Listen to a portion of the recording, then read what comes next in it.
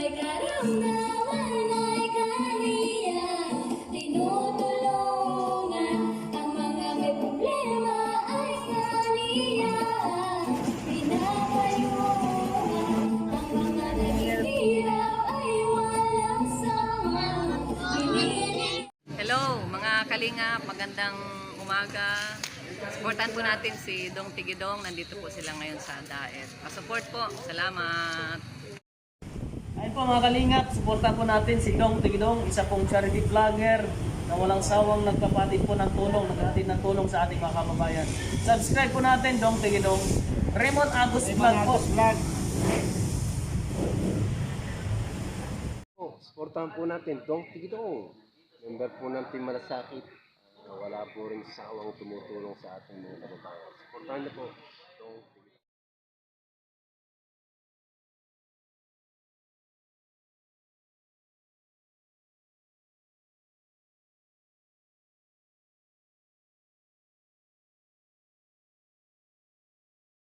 Morning, pinapakain mo siya. Kumakain. Almusal siya ngayon, ano? Ay, umiiyak. Ba't siya umiyak? Nagulat sa akin? Hindi naman. Umiyak talaga siya. Kaya na, ano kasi ngayon, nag-live si Sir Well, galing siya sa ibang bansa. Nakauwi na siya, kaya nag-live na uli. Makahingi na tayo ng tulong sa kanya. So, pag akit natin ng live, ikaw magsasalita. Ano? Tapos, sabihin mo yung problem. Ngayon na, mga 5 minutes na lang.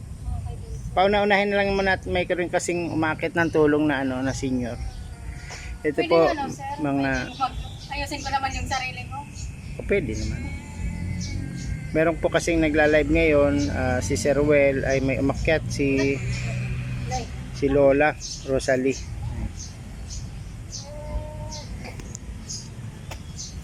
Yan po. Akit po ngayon ang ating kababayan, si ate. Yung baby mo, si Janelle, ano? Opo. Janelle. Ikaw si Alma Bolo. Alma Bolo, okay. Sige, mag-ayos ka lang muna. Madali lang. Hello, naman. Good morning po. Team Ruel Lipat, Team Kapuso, Team Ubi. Ayan, salamat po sa inyong patuloy na pagsuporta sa ating channel, sa ating mga kababayan. Nag-love shoutout po sa inyo lahat. Ngayon po ay meron po tayong e-scout, si Baby Janelle, dito po sa Barangay San Juan, Bao Camarines Sur, na kung saan ay siya po ay nakaratay na, nakakaawa po sa kanyang murang edad na 6 years old. Siya po ay kinder, nag-exam sana, bigla po siyang nilagnat, mataas ito, hindi na nakontrol, nadala sa malalaking ospital. Dito po si Baby Janelle po ang naging resulta at nag-examine. Siya po ay may meningitis na talaga namang nakapagpagapag dahil sobrang hirap, dahil na-stuck na po yung kanyang tuhod, ang kanyang mga joints. Dahil ito palang meningitis ay nagkakaroon ng infection sa utak, kung saan yung utak po na kumukontrol sa ating mga utok, katawan, ay hindi mag-function ng maayos. Sana po matulungan natin ang mag-ina na magkaroon ng sapat na resources para sa kanyang therapy at sa gamot, no? Ayan, sana po makarecover siya sa kanyang murang gulang. Sasama po natin silang magnanay. Ayan, titignan niya po sila. Ayan, ngayon pong araw na to ay akit sila sa live ni Sir Ruel. Samahan niyo po ako at sila po ay kakausapin para po patuloy na sila po ay makahingi ng tulong sa ating team leader na si Sir Ruel. Herbal yun, di ba? Po, pinapakain po ni Para sa lungs daw po. sa lungs niya. Pakain siya.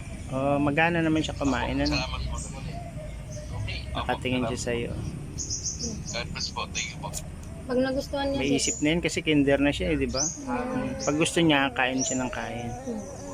Ito po, sinasamahan nila ng Esperonilla. Mga kababayan na pinakain na po ni Alma, Sir Well, Ma'am Percy, Delio TV, yan po mga team member namin. Ma'am Luz Lipat, Kate Lipat, J. Roy Lipat, shoutout po. Ayan. Ito po, Ma'am Christy Official, si Percy Official Channel, G. Franco Vlog, shoutout. meron po tayong bagong tutulungan ngayon, si Baby Janelle, na meron ng cerebral palsy na. So mas mataas yun kaysa sa meningitis.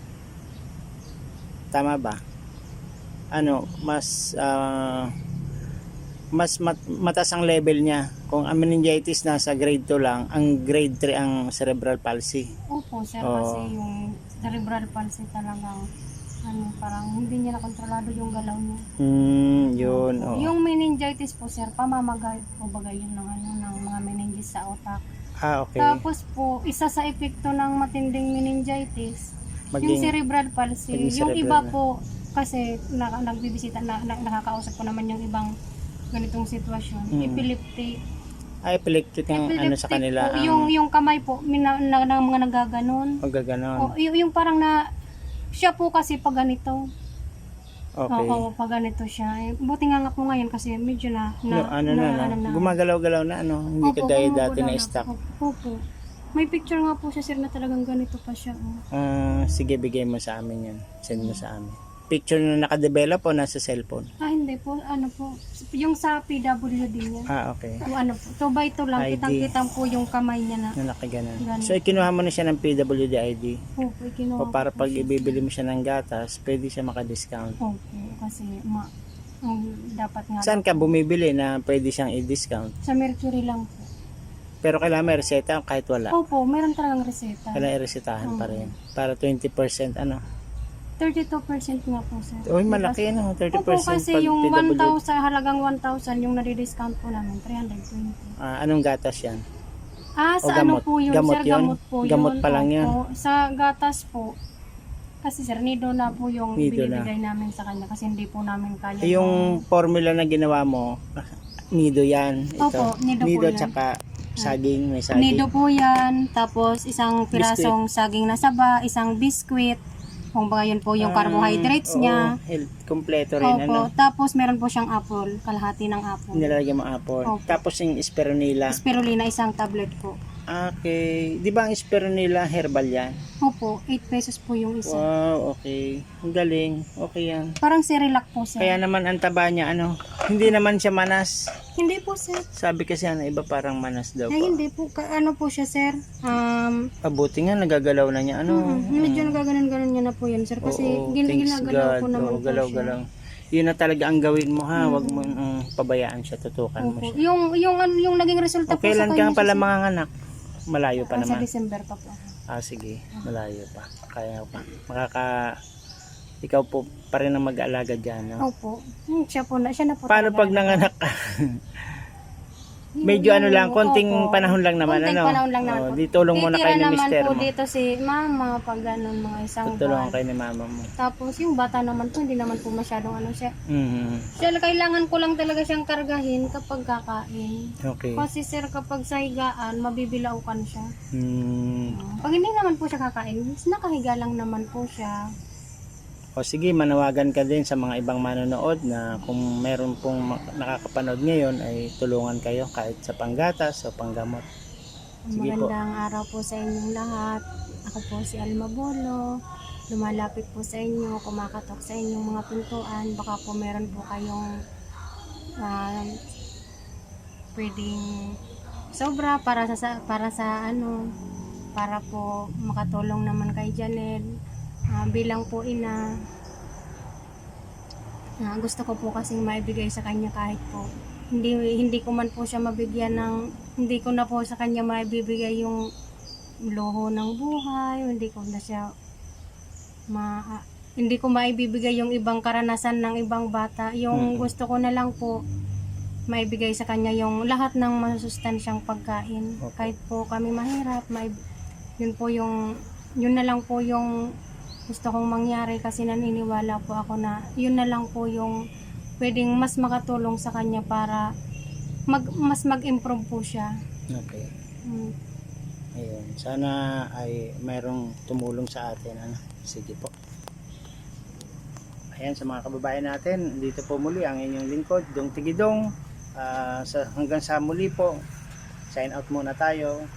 Bye bye po. Ito po si Baby Janelle nung siya po 3 years old. 4 years old. Yan. Normal pa po siya dyan. Kasi Ito na po siya. Nag-aaral na po siya ng Kindle. Si Janelle. Yan. Okay pa po siya dyan. actually sir, Biyernes siya na nagpumasok pa po siya Biyernes na umaga.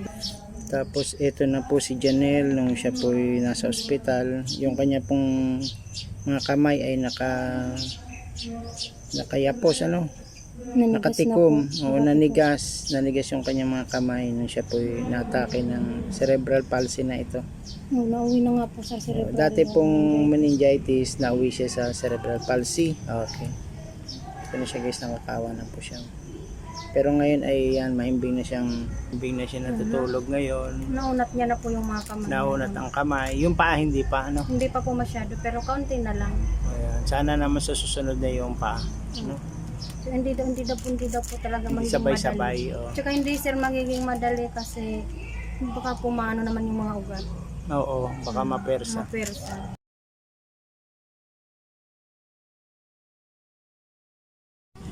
Ito po mga kababayan, papakita ko sa inyo kung nasaan po naka-stay ang ating pasyente, si baby, niya, ang ating baby na may meningitis. Ito po yung kanilang kusina, nakahiwalay po ito sa kanilang main bahay. Ito po yung bahay nyo.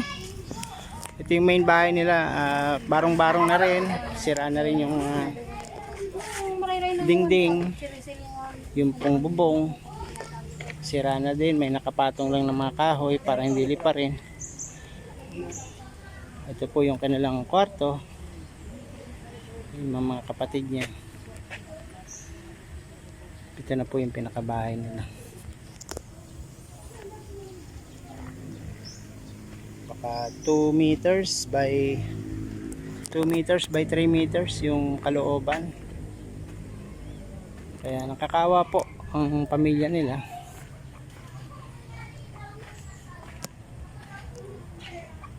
Ito po ay umaasa sa trabaho, no?